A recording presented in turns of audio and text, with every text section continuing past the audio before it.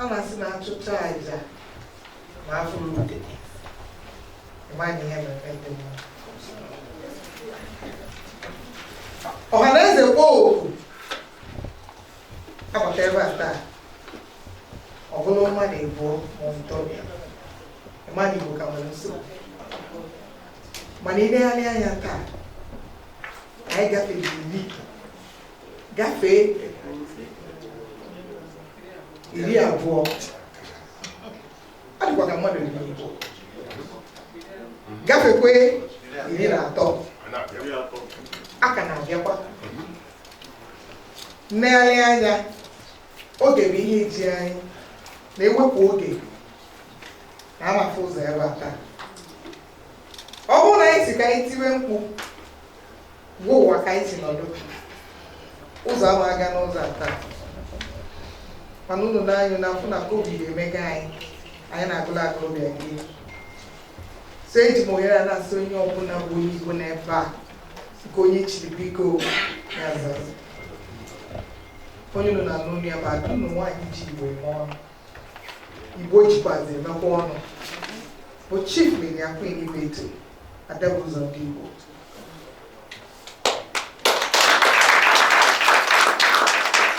Onye isi ka nkele Igbo bụ na ụfọdụ na-eche na ebe nwaanyị ichie echichi ime enwezi respect.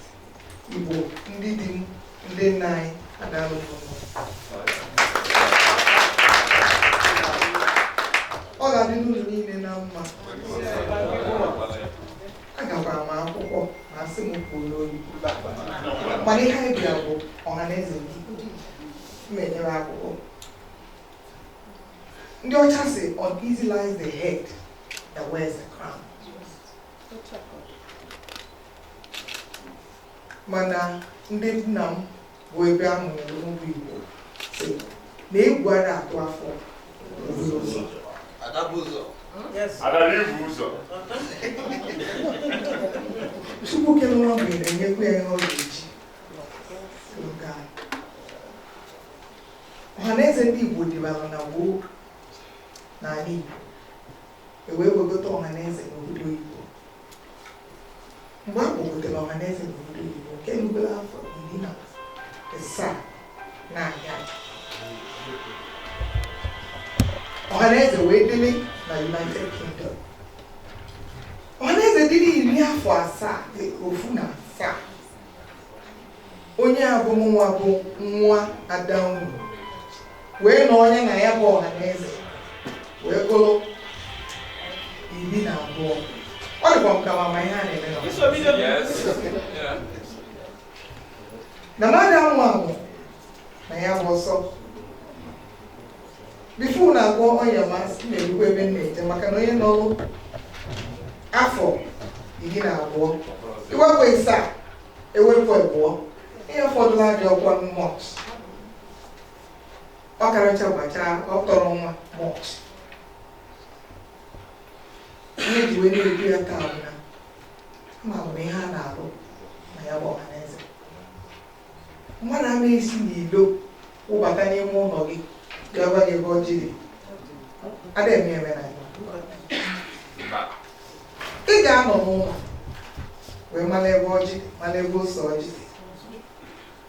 Onye ka ndị be anyị ji si na onye na-anọrọ ebe ebiri ozu ọbịa unu n'anya unu afụ na ndị na-abụ ozu a taa si n'ụkwụ na-abụ ya. Ya mere na a na-eru ebe isi anyị, a na-elu nata ebe isi anyị. Mma na-atụ n'ilu maka ihe anyị chọrọ udo na ịfụnanya.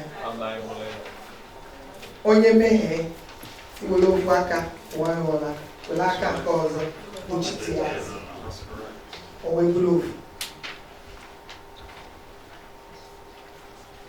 A sị na nwoke ga-adị, nwaanyị adịrị, ụmụaka adịrị, ndị okenye adịrị.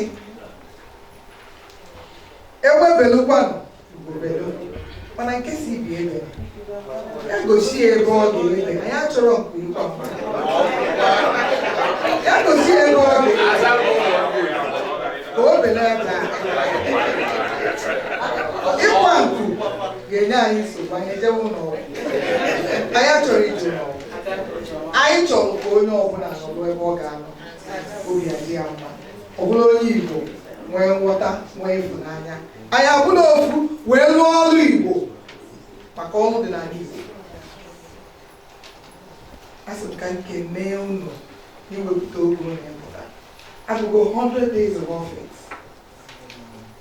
nwa nọkwa 100 days ọ dịkwa m ọ na-ahapụzi milk onye nwere aka ekwe ya nke iji nye akara taa ka na-ebia ya abịa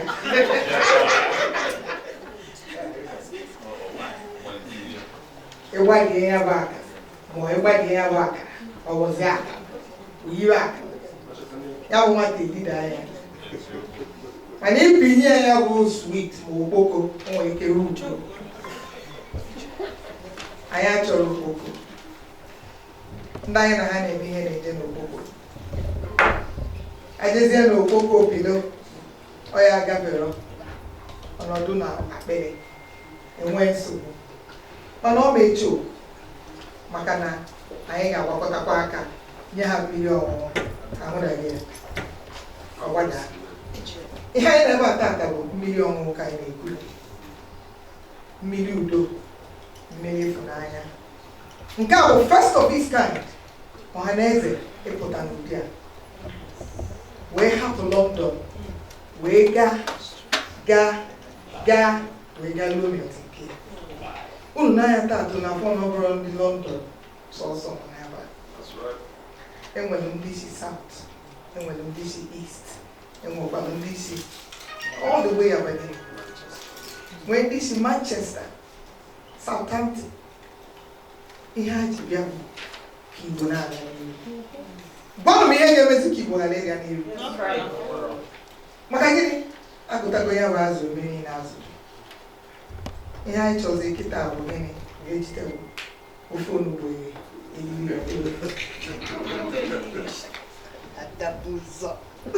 anyị ga-enye ya bụ ofe onugbo n'agbanyeghị ya ka m ji wee were okwu ekele na-ekele ada Igbo ji eme ọnụ maka na Ohanaeze London ji ije eje ụta nke dị mkpa the best. We can never go fall short of the best. Maka na anyị mara ihe dị ekele na ndị na-ebe aka na ịnụ njike Igbo ji aka na ịnụ ịfụnanya dị n'Igbo na ịnụ nghọta dị n'Igbo na ịnụ calmness dị n'ihe a na-eme onye amalụ na onye na chi ya kwụ na mmadụ anya bido unu enweghị weda nọ n'Igbo wee malụ na ihe anyị na-eme bụ ihe kwụ ọtọ. Biko ka anyị kpụkpalụ ụlọ Chineke aka chọọ Chineke nwere obi dị oke. A na-ekele igolo ndị Igbo Chief Maazị Barrister Maazị Omobi dị Maazị nwanyị makaricha Maazị ọbụla ọka onwero nke ọ na-adịrọ na ya hapụrụ ihe ọ na-eme n'ala Igbo. Ha nwere ime obi maka ndị si na nwaanyị a na-abịa obi ọ na-abịa ime obi ọ ga-anọ ime obi on the 5th of May na-ekwu maka ọdịmma na sekuriti ndị Igbo. Biko ka anyị kwụrụ ya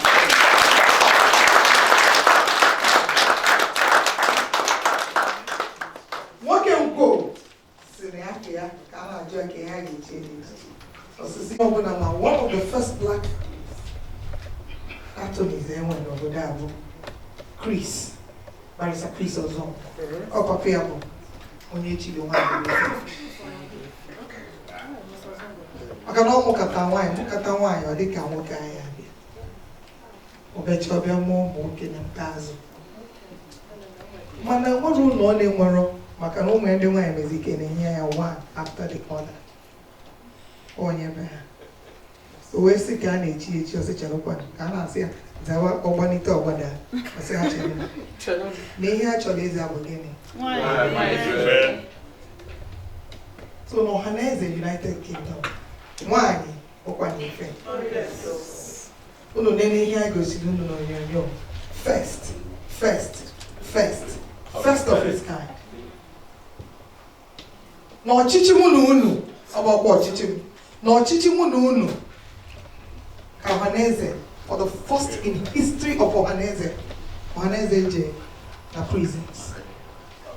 In life, Ohanaeze has never visited the prisons. Abatam na prisons. Bido na gate prisons we anya milina awo. Ihe mfo kayo. Eso bom na imagine ha maka. Akwemeta ji oba prison. Come on, a condition ndị nọzi n'ime prison. There's worse than here ha commit.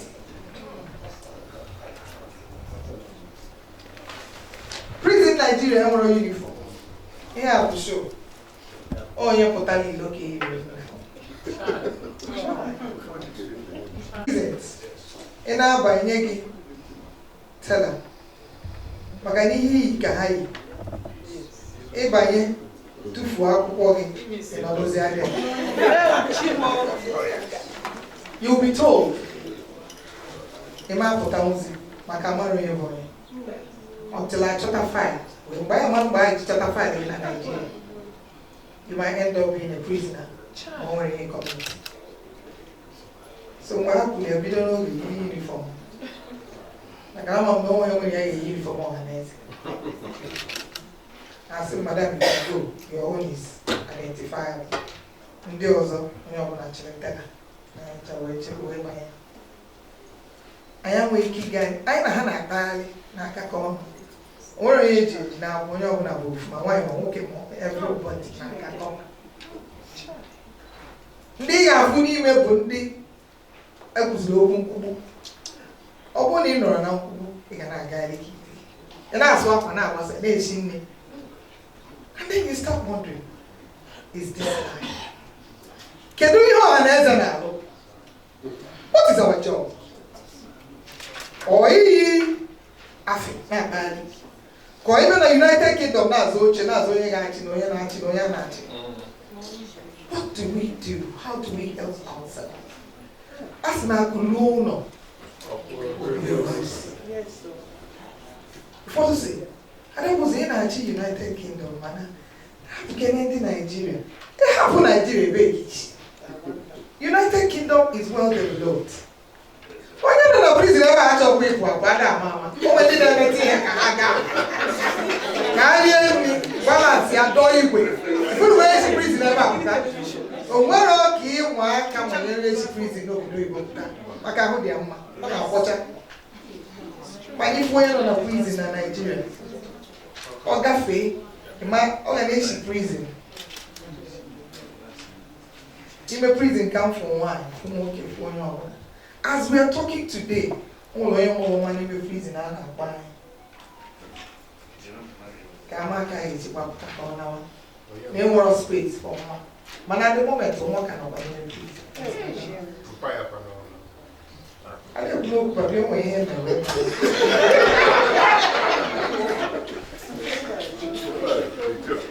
I went below Jema.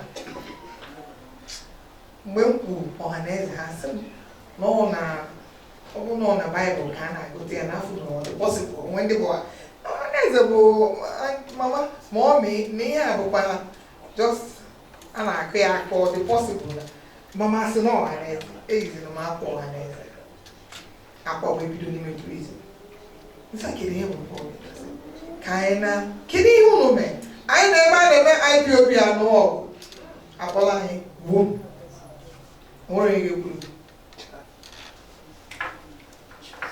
Ejelo party mo when the papa ma obi adira mo na line boom in the prison. No day can they prove KJ court. So he never language more. Some people died in the process. Within 2 years, no court case. Meanwhile, Ohanaeze, United Kingdom, the executives. Thanksgiving. Thank you for a successful election. Enugu State Prison, capacity was 645. mana ndị nọ n'ime ya dị 2,645 additional 2,000. Ka esi alarụ ụlọ bụ otu a, onye larụ debe ụkwụ, onye ọzọ edebe isi ebe debe ụkwụ, 2 hours akpọte unu na apụọ, another set abedinala.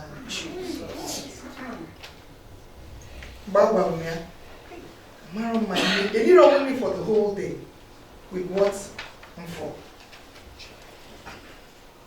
Ụmụnne m, mana anyị na-anọ ofu ebe lacha aka 100, 200, 400 pounds kwụọ ụgwọ, mana mmadụ nọ n'ime prison for 10,000 naira 2 years agbapụtara ya. Ka a na-enwere m wee chịkọta onye ọbụla wee sị ka a gbapụta ndị a with the help of company and wee tinyere m ego in millions on my own. Natazia wee kpọọ few friends wee kene m na-aga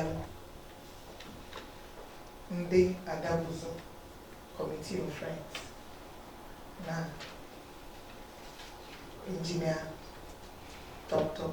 Bernard Obika and so many others, all the executive members and my friends, Councillor Kizo, and so many others at Turego, and whereby their prisons, whereby in states.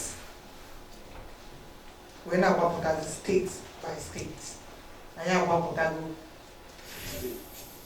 5 states. Okay. Only rivers. Can I join the rivers? No man na rivers now. Igbo State. Another one. Make I will put that one there. Kata. I am about that go 20 guys, 20 people are released. Whole.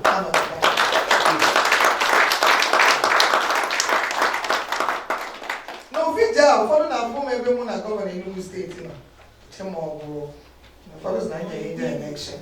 And actually, I don't know get that age. Where will we have for our prisons? Where will we go? Come on, more kindness in your life. Kowali amakano wonya ifubonye Ebonyi State. Affair to. Only go sick. Name hospital. The prisons hospital they can be. Name prisons hospital kind of what I 12 years. Where Joe Hagini only 12 years in a maximum security. I said, no. Also, next, can hear me. Also, never know the ebem the I build me, and I'm all. You were clear. That's the way it would do my hand. Where's okay? My God, my governors here. Now, for one, what I get 12 years in a prison, can something be done?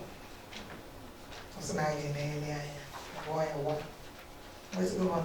Was I in a job? Skill Acquisition Center.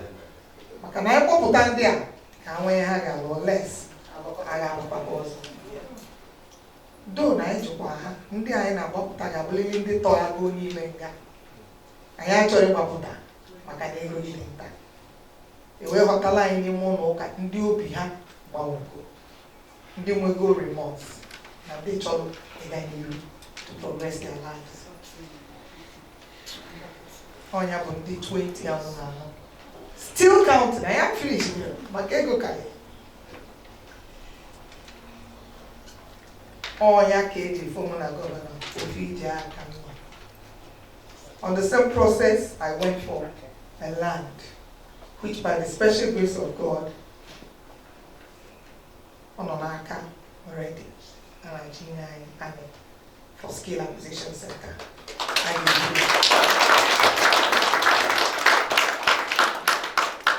Biko n'ụmụnne m, nwaanyị ọbụla ife.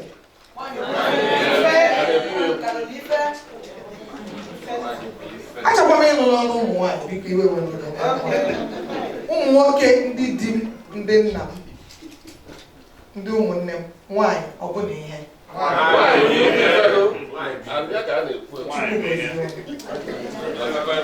ihe nna ya bụ enyemaka unu to pull this through. Aka m eweta picture etinye n'ụlọ anyị karịa ego ka anyị ji n'ọrụ enyela anyị tomato. If it's not being developed before 4, 5, 6 months, they will take their life back. Ambulu, wasted effort, wasted journey. Ndị chọrọ anyị erika. Mana ayọ na ayọ n'ebe a taa, onye ajụ n'ebe a n'ebe, onye ajụ n'ihe eji eme. Ihe a na-achọ bụ to build for the betterment of human beings. Ma anyị na-eme charity n'obodo a, anyị achọrọ ime onye ọbụ. Anyị achọrọ ime ebe onye si. Ihe anyị chọrọ ịma bụ na ego a lụrụ wee lụọ ọrụ ọ sọpụzụ n'elu. Anyị amadụ ndị ọcha onye ma ebe ụmụnna anyị, mana anyị na-etinye ego anyị ka anyị were n'ofu obi, onye maara ebe grant dị, onye maara ebe funding dị, onye nwere karịa. A sị ma ọ bụ na Igbo tụwagodi ndị a n'ebe a taa na-atụ £5 every month n'Ohanaeze, anyị ga-agbapụtakwa more than 30 people. £5 every month will make a great change. Ohanaeze ada n'ego ya anyị na-achọ bụ ofu obi, anyị na-achọ agamnihu.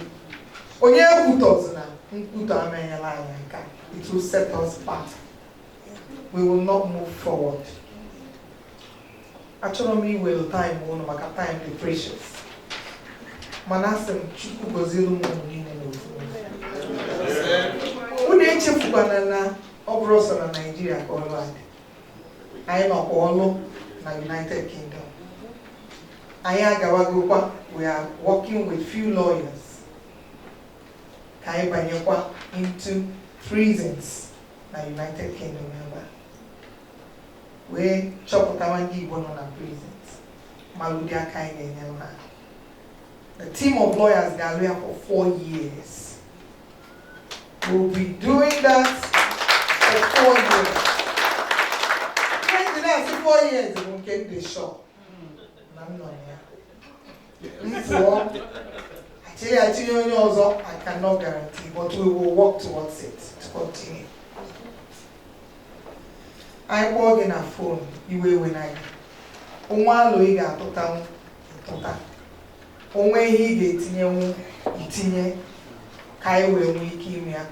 reality.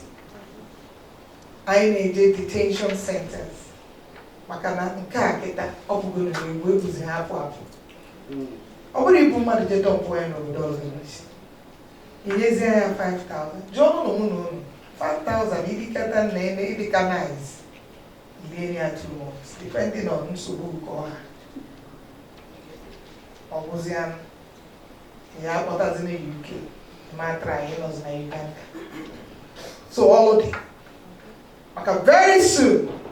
Ndị nọ na Uganda ya kpọwakwa ndị nọ na UK ma ndị nọ na Nigeria kwa enyemaka.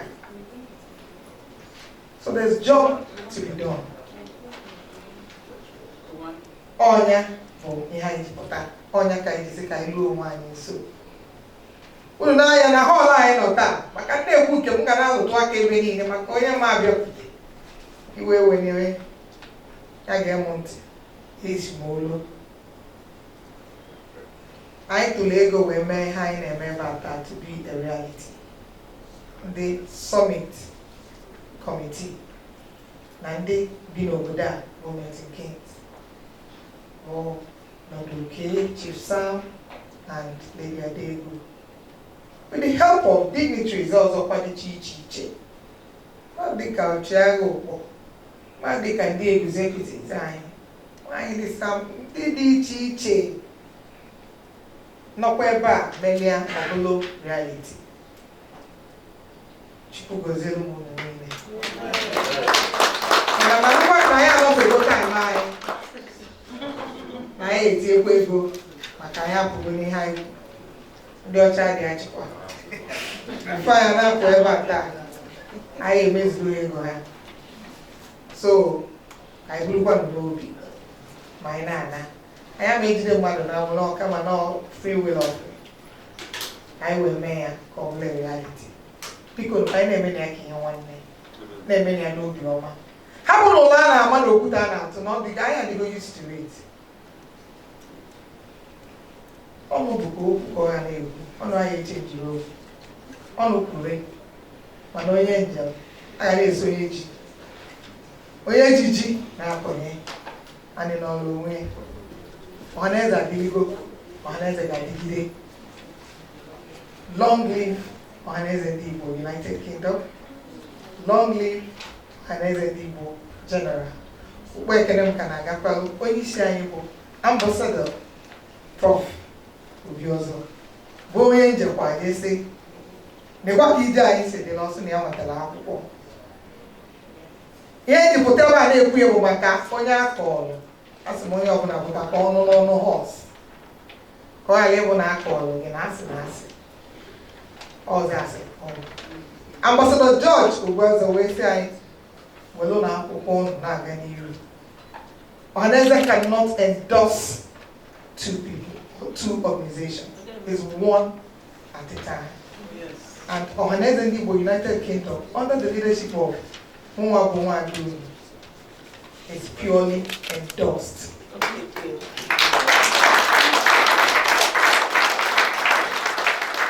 And I stand here as onye nne ya zinyere oshi. Ọ ga-agbaka dọọ mee n'anya n'azụ. Achọbeghị m ịgbaka dọọ maka mgbaba dọọ ma eji m okwute ma mma ma axe maka na enwere odogwu m n'azụ. Mana ihe anyị na-eme as always bụ ihe nwanne. Ọgwụ amadị ya ịfụnanya ka anyị ga-eji n'aka. Onye gbakwa m na side a chere m ya nke Jesus Christ the other side. Ọmakwa m ọmachazi amụwa smile ya anyị na-agakwa n'ihu. We must do this dirty job. We're already here to do it. Onye nwere alụ mmadụ iwe onye ejilekwa asịrị ya ma anọ na-eme ọfụma. Ọ bụ na ejiri ọgịga akụkọ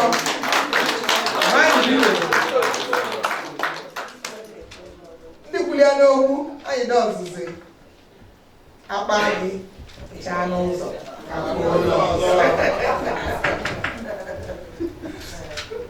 so okwu m wee bụrụ onye akpalụ aja ịṅụ mmiri ị na-apụta nene ma space ọka ihe nwanne ka anyị ka na-eme adị ihe nwanne ka anyị ga-emegide. N'oge na-adịrị anya two emeritus ndị chigolo Ohanaeze ga-apụta. When you know the history of Ohanaeze ka o si ga. Onye ọbụla na-enwero nna maka papa m si na ama m nna ama ndị ichie. Abụ m ada onye chizuru echizu. Ụfọdụ si na m na-akpa ọjị nnụ na fụrụ mgbe m metụrụ ọjị aka. Ụfọdụ si na nna na onye Anambra ma bụ ọzọ onye Ngozi a na-asị Ada His Royal Majesty Igwe Okobonyaja, the third of Obinna. She got almost 50 years as a traditional ruler. But when he was on Makarita culture, I'm alone here with Donald Igbo. I'm alone here with that. I'm na Anudi. I can't say. Di Mobonze, Chike Ibeto. I can be Ndo.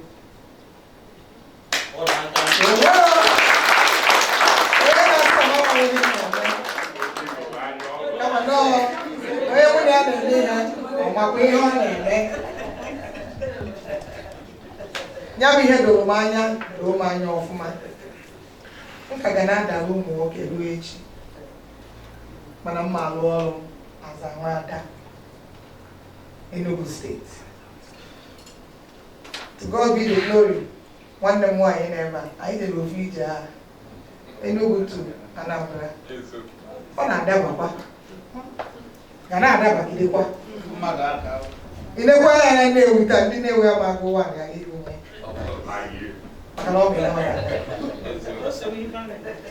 Ugolimalo video they call when you are very Ulunaya, Ulu de happy, no why you make a monte. Ugusinama mobile. So on a gama, Yamoto, I got to a totti. Malaya Pusirai. The auto gun Nazu. I am on you. I decided to win on you. I am on you. Thank you.